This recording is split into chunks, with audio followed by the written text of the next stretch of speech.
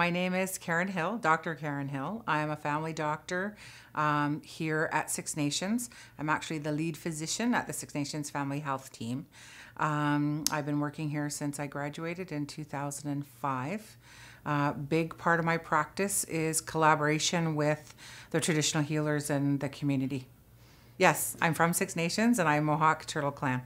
I went to school at McMaster University. It was the only medical school I applied to. When I first started, there was nothing, like there was not even a place to check off on the application that you were an Aboriginal person. There was no Aboriginal Students Health Science office. There was no facilitated admissions process, or there was nothing. There was the Indigenous Studies program across campus.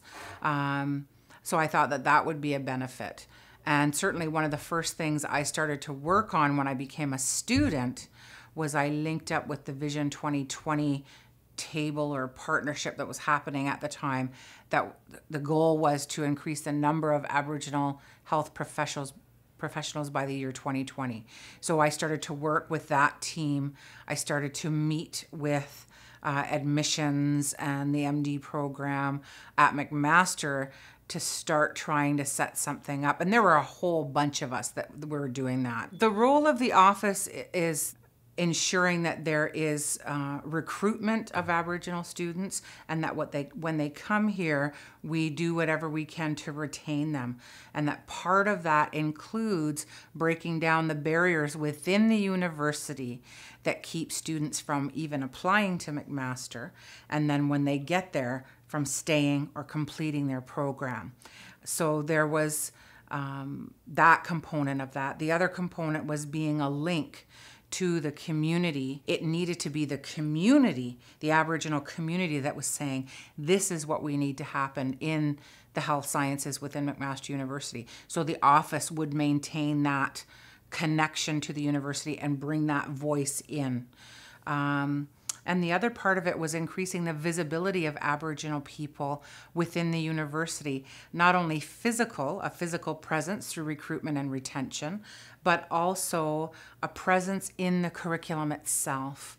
So I graduated from McMaster and never learned once about Aboriginal people's health or what affected our health. All the questions that had been raised while I worked in post-secondary education were never addressed.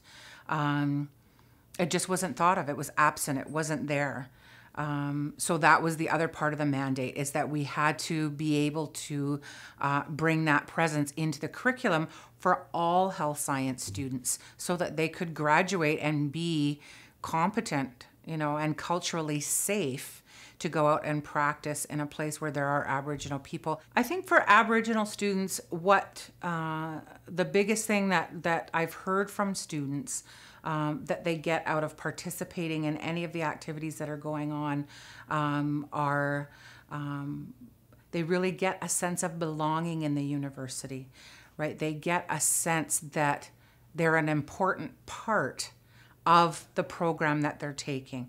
They're not just warming a seat, they're not just paying their tuition, and this education isn't just about a means to an end, getting the degree in their hand, that they actually can become involved. And it's teaching them that they have a say over what happens, not only to them in their education, but in the healthcare system once they leave. They learn about advocacy. They learn about how to express those things that they think are important in their career and in their life, and be able to translate that into their professional life.